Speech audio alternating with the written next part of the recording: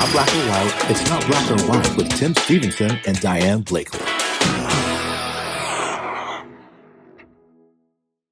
I've built several businesses that had over 200 employees. So that would be a bit, obviously make a bigger impact, but the numbers are in. And I think so back to what you were saying, around giving somebody or being Pollyanna, right? And the guy people don't give people.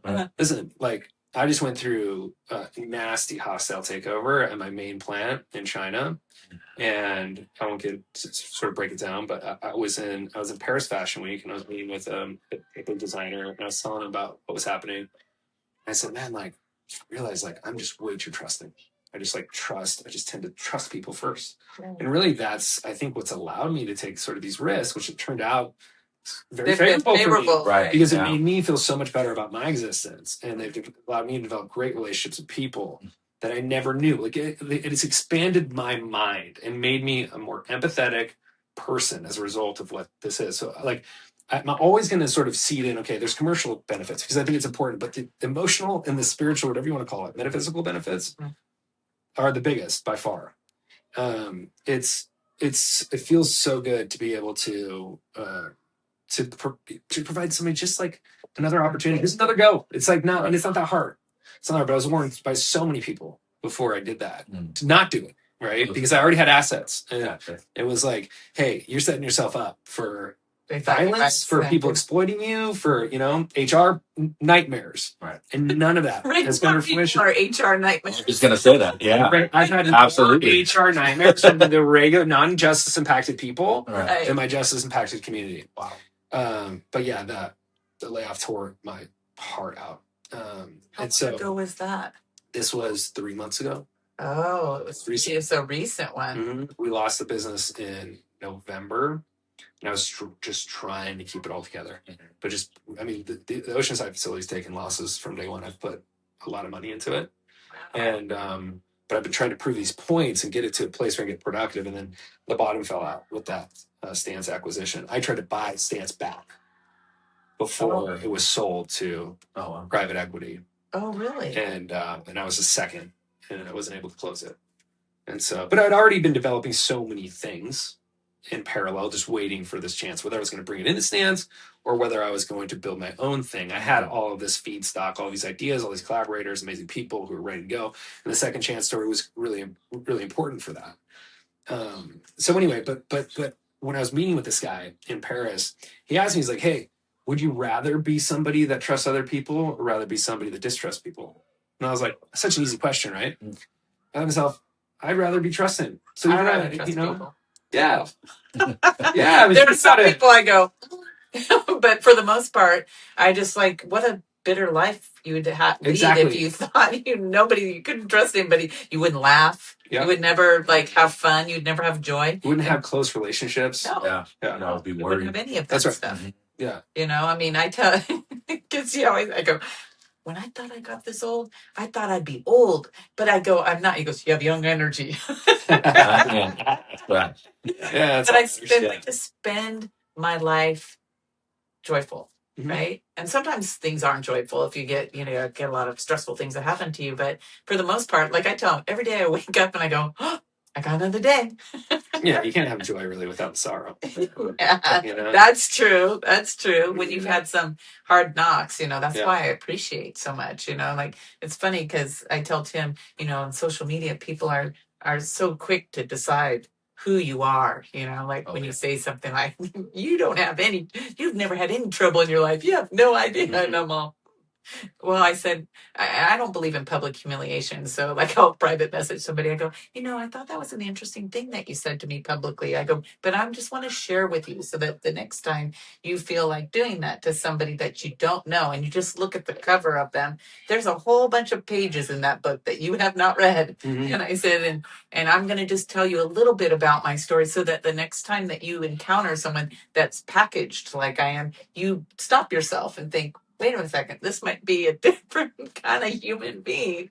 Why don't I wait and find out, right? Everyone surmises what people are like when they just look at them.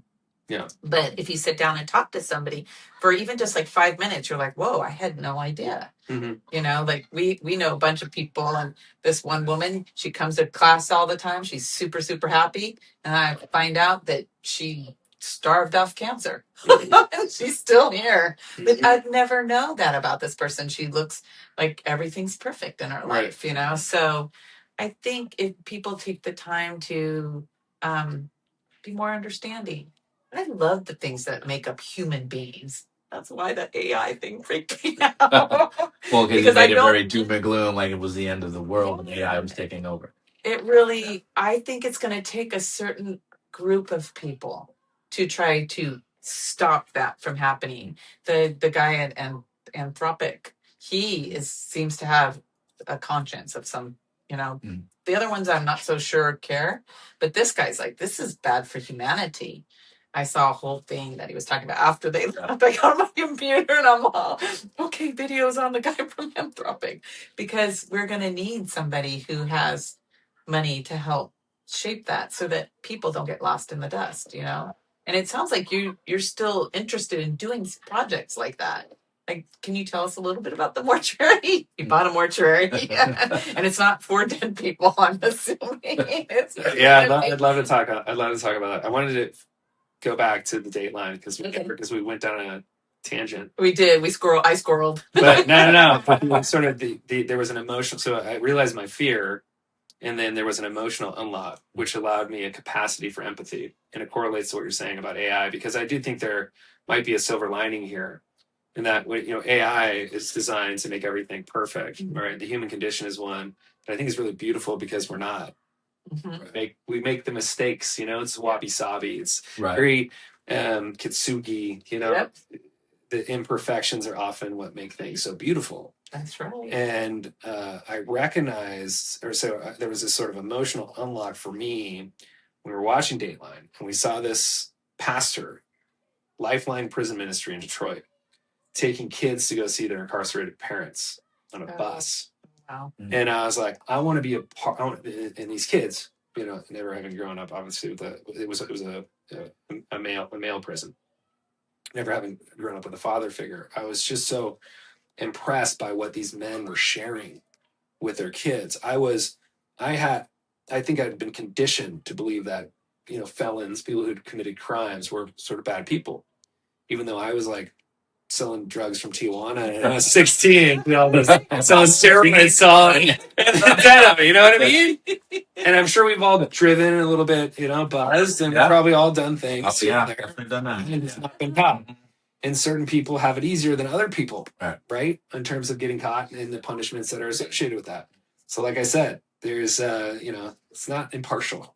Right? And we talked about that. Tim and I talk about it just based on the difference of our color. Like how we talk about it all the time. We talk about perception, and I call it the benefit of the doubt. Where like we were talking about, if Cole walked into a Lamborghini place and said, "Hey, I want to buy a car," they're like, "Oh, let me show you the car." Yeah. If I walk into a Lamborghini place, they're asking me how my credit is first. Right. Just based off looks. Yep.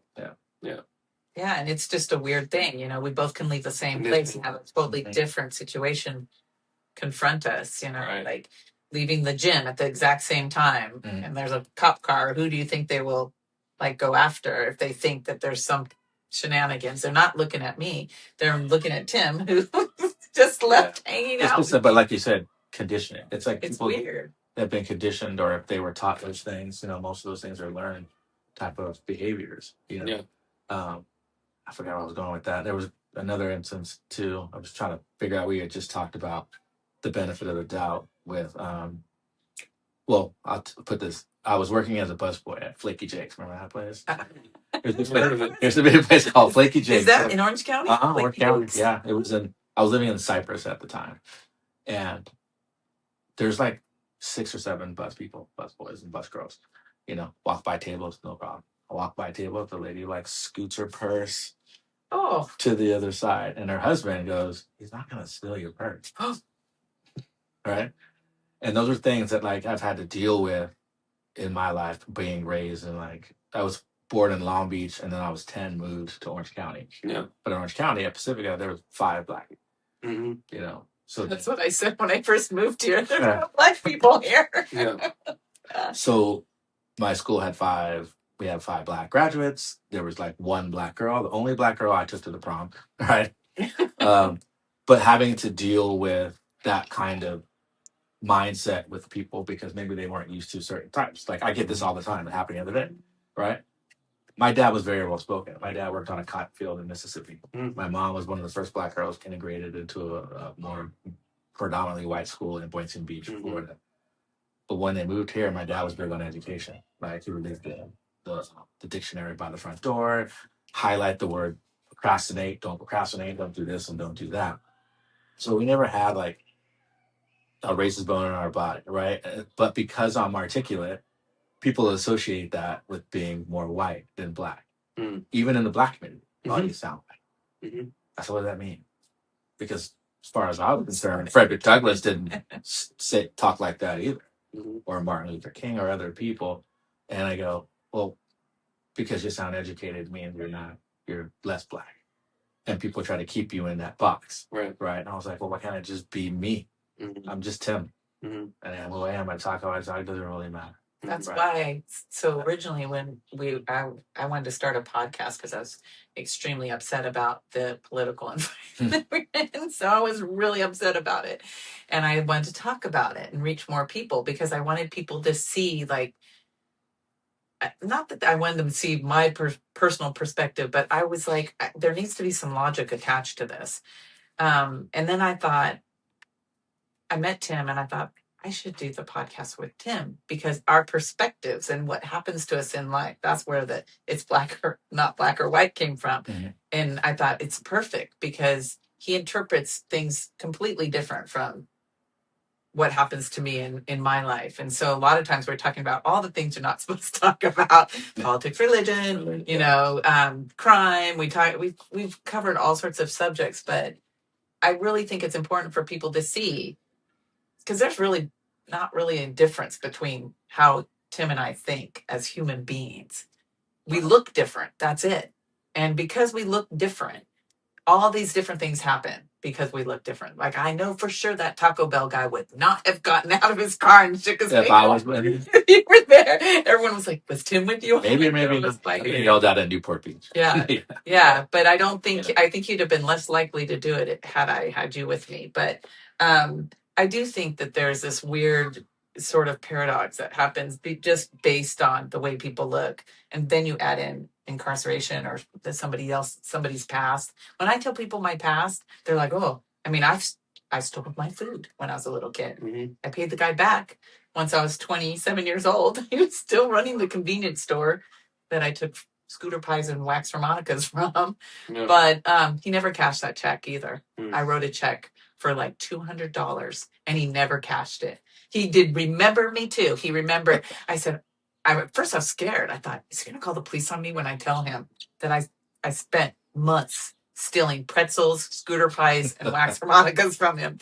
And I had a big long red raincoat, and I have a twin sister, and my twin sister was too scared to do it. I'm the older twin, and so I would go in and I would pack all this stuff in this big long red raincoat, and he knew I was doing it. He knew I was stealing food and never ever. And I mean, I had some big old pretzel bags in my jacket, and those nutritious scooter pies and wax harmonicas. They were like Halloween candy or something. And I wrote him a check. Like I think I was 26, 27 years old. And I went to Grape Street. I remembered exactly where it was. And I gave him a check. And I first told him who I was. And I said, this is very old. And the same guy was there. He was a young man at the time that I was stealing from him. Don't get me in trouble. But he never cashed the check. He's like, I knew you were doing it. And you had a little red raincoat on. Isn't that beautiful? It was really beautiful. And, I started to cry, the whole way home. I'm like driving, crying. And I assumed he would cash the check, and he never did. Yeah. Never cashed. I don't know if I don't think he ever had plans on doing it, ever. He just was like, felt sorry. He already had his reward. Right, yeah, exactly. But these little kids weren't eating and stuff. My sister would hang outside. I think he probably knew she was hanging outside. Like, come on, I got pretzels, everything. But I definitely think it shaped me as a human being, like how I feel about other people. Sometimes I think people are, not nice. I'm like, oh, that person's a total jerk, but I always think that the reason that people are behaving badly is because of something that happened before they walked up to it. Right. That's the same with the taco. What did I say to you The with the Taco Bell guy. guy? I said he was already mad before He you was got mad there. already. So you just got the brunt of whatever he was feeling earlier in the Yeah. day.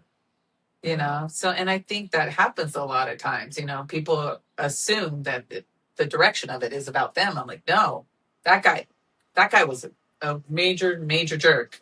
But, and I definitely let him know, put him on the phone when I thought of him, which was, I told Tim, I said, I went down to the street. I was the street kid today in the Taco Bell line, you know, and Tim's like, oh no, good. Stand up for yourself. But, you know, I love what you're doing. And I know we sort of circled around here. You've been very patient with us too. As we like derail. Yeah, no, that's good. Derail. I talk a lot. So, you love us. Make decisions all day. She said So I it's was her refreshing. match. When Yeah. we first started podcasting, you're Yeah. like, you're the only person who can talk as long as I can talk. Yeah. I mean, I think you could too. Yeah. I think I found a third. But I want to learn more about what you're planning on doing. It seems like you've had like a lot of like ups, downs, and they're not all here in the United States. They're also in China. I can safely say all might have been here, but I mean that's crazy. You know, I've had some wild stuff happen in my life. A lot of wild things. But exciting too. You have an e-ticket. I had a moment 2 months ago when I was in China, and I was looking at my factory that I had built, and the verbiage, the logo on the side was being taken down, and I had this aha moment. I was like, I'm so grateful that I had that opportunity to build something like that. And later on that same trip, I was granted 2 islands actually by the Communist Party. Won't go down that one, but it was created this really interesting concept about merging Eastern and Western art together, including music. And I was working with Universal and other big organizations. And COVID happened. The whole thing fell apart. The government ministers that I was working with were arrested for bribes. And I was right. It's a wild story. I'm gonna write a book. You should. I tell you, that's just small. That's just those are just 2 small examples. But I remember I went to the island on that trip, and I had the same thought. Like, it took about 90% of my ideas and implemented them. Not the best execution, but like I was like, dude, who could say that they had an opportunity to design an island? And this was a historically significant island. It's like where the William Shakespeare of China grew up, and it was like a really fun project that I was on. So anyway, entrepreneurship's all ups and downs, and I've been subjected to, I think, bigger ups and downs because my business is global, and so I'm dealing with politics, dealing with trade barriers, and there's obviously the last 6 years have been sort of shown unprecedented chaos and complication with supply chain. Yeah. Supply chain is. Yeah. I was just telling Tim. I was just saying that supply chain is still not fixed yet. It's still like suffering. I don't think it will be with how things are being managed. You know, I think that there's changes happening all the time. Even as the court strikes down something else comes up. Yeah. And I'll tell you that the U.S. manufacturing isn't getting easier. It's actually getting harder. Importation has become more problematic, and we're seeing less appetite for U.S. goods. And so, the whole system right now is what's driving the economy is AI. It's these data centers, and it's this a lot of money being poured in, whether it's a bubble or not, I won't say, but obviously that's really what's leading to greater GDP. It's not everyday Americans gaining wealth. Certainly, the middle class is certainly eroding, and so in part of creating our commercial engine and making recidivism our number one variable above even profit, as I'll tell you, the profit is not. It hasn't not come from that entity at all. We've been able to, I think, create a really great culture around the basic needs for humans, like looking at Maslow's hierarchy, right? And making sure that we have the right accommodations, right pay. Because I do think like a job that creates meaning, because I do think those things stop a homelessness, stop a bullet, even Right. like more than anything else, you know. So so in this sort of journey of making things with people with great brands and great designers who are inspired, who've inspired me to think big, um, and artists and other people, I've tried to self actualize, like, and figure out myself and what I need, and that's a luxury, you know, because I've been able to have some level of success early on, which has given me the freedom to be able to think about these things more deeply, and so I don't take that for granted at all. But I've realized what makes me tick, what brings me a lot of satisfaction, and it's not necessarily a dollar value. I don't have any dollar value, even for my company. Like I don't have a liquidity event plan. I haven't a plan to go IPO or anything like that. But that's for me. Right. I'm designing it for myself, right? So and I think I live a lifestyle that's probably pretty. I think probably pretty responsible. At least I try to be and hold myself accountable. What I've realized in the process of making things and building great things for great people is that there's always waste, and I use waste. To me, waste is just sort of value undiscovered, and I've made it a passion of mine to develop technologies that will take that feedstock and create new value out of it. And the reason why I bring in artists is because I think some of the greatest artists out there, it doesn't matter if they're a furniture designer or if they're a fine artist. I think some of the greatest artists out there incorporate salvage. They incorporate found objects, and you know? Yeah, my son would tell you that. Taking a bottle cap, he's like, I'm going to use this for one of my pedals for his guitar. And he's like, can you buy me some hot glue? And so I'm buying glue, and I'm that's exactly what I'm talking about. And now he's brought heritage and history and another story into his craft. Yep. Right. And there's a personification of it too. It's something he's interested in. Mm-hmm. People can see and they know exactly what he's sort of about. And so when I'm looking at the young consumer, I'm actually really hopeful. I mean, I tend to be a hopeful person in general, but like you're seeing like kids wanting to shop at thrift stores more than LVMH stores. That's where he gets all this. That's true. And at first I was upset about it. I was upset. Like I'm like, for school year, I'd be like, let's go buy your school clothes, and I'll go to Abercrombie. I say it wrong every single time. I'm sure I just said it wrong. He's always correcting. You did. Yeah. So he always corrects me when I say it, but he never went. He's like, Mom, I'm just going to thrift my clothes. He was all proud of me the other day because I go, cool. I thrifted some pants, and I go, I wanted these pants really bad, and I found them on ThredUp, and they came to me, they fit, and I was like, and I would have paid like 4 times as much for those pants if I had gotten them from the store. I go, Cole, what do you think of my pants? He goes, those are slamming, Mom. I like them. I go, I bought them on ThredUp. I held the thing up like I had just discovered something new. He's all, I told you. But you did. Yeah. You know, and that's the whole thing. Is like, young consumers are willing to spend a lot more on experience than they are on fashion. Right. Yep. It's changed since COVID, right? And so they're merging these two things together where the act of the purchase, the understanding of the product and where it came from, and buying reused or recycled or things that give them identity. You know? And I love that. And you would love my son. He's like you. Yeah, sure. He's super interesting that way. And he's like, he is the antithesis of AI. He's like, because I found a song. I go, oh, I love this song. He goes, AI, Mom, can't you hear it? Can't you hear it? He goes, artists can hear it. We can hear it. Yeah. It has a certain, and I was like, oh my gosh, cool.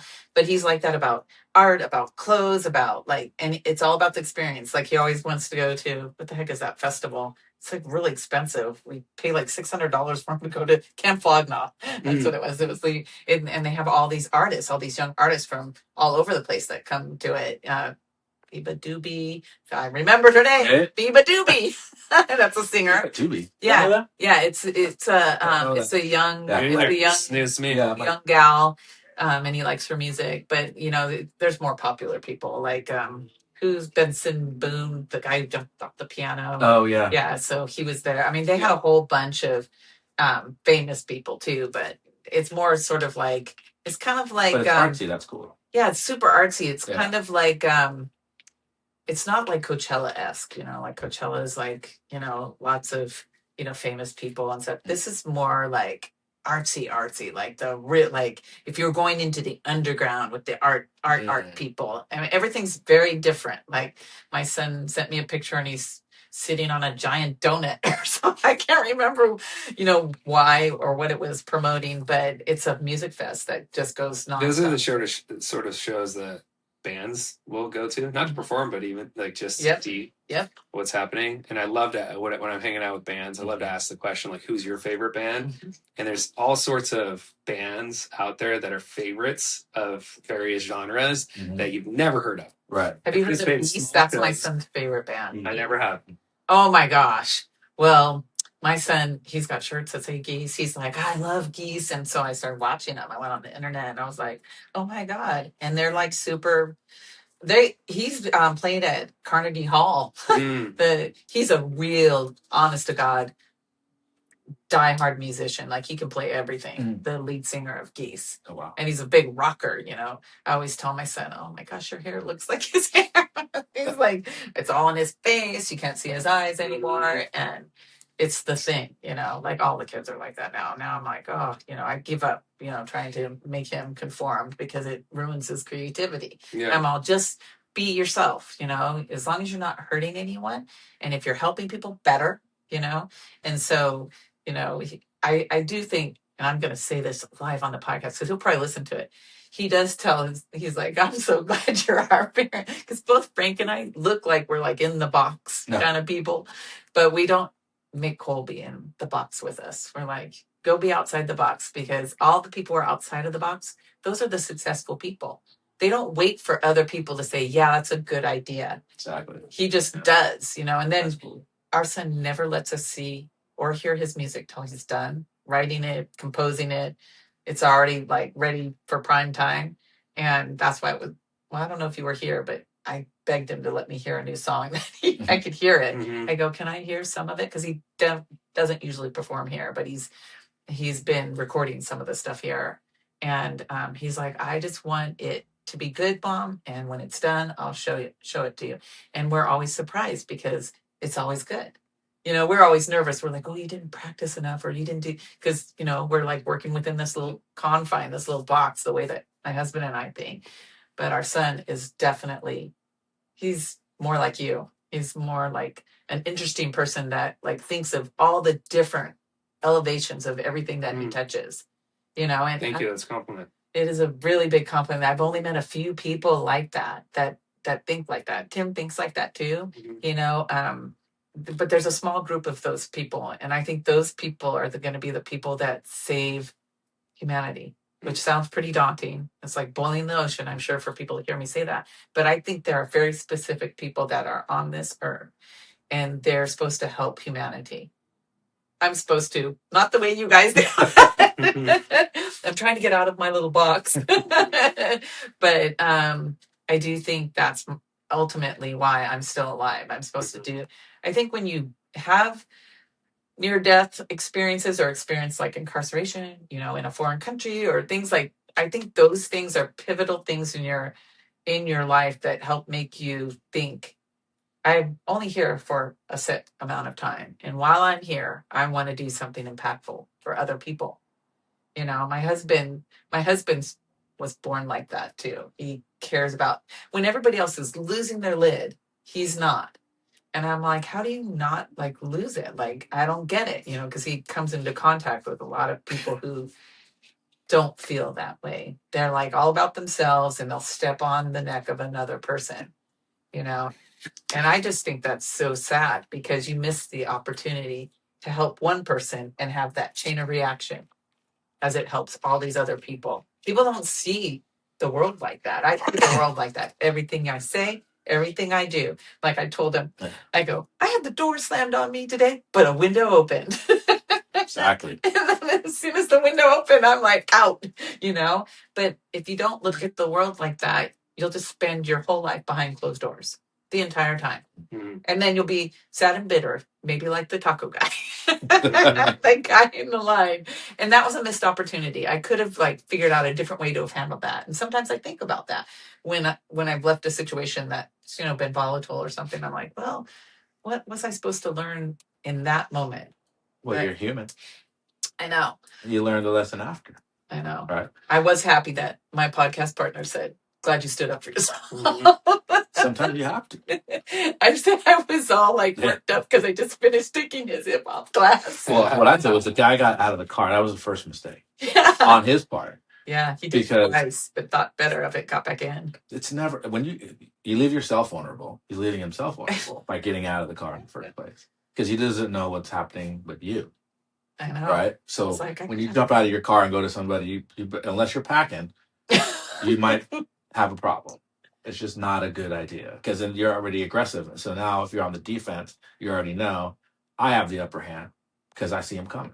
Yeah, it was a weird thing. I was surprised he was doing it. He flipped me off and then he would open his door and come out. And I was like, is this guy going to come over? And that's when I said that thing. I'm not afraid of you. I had cancer. I love that line. I'm not afraid of you. I had cancer. It changes how you feel. Like it does one of two things. Sometimes it makes me more appreciative and makes me go, don't mess that up because you're lucky to be here. And other times it's like, don't put up with that. You're here and you can handle just about anything. I mean, I still get sad in all the normal places that I did before, but it does make me happy to be alive. And it makes me want to seek out other people that are collectively doing stuff. And you are definitely one of those people. Not black or white. It's not black or white with Tim Stevenson and Diane Blakely.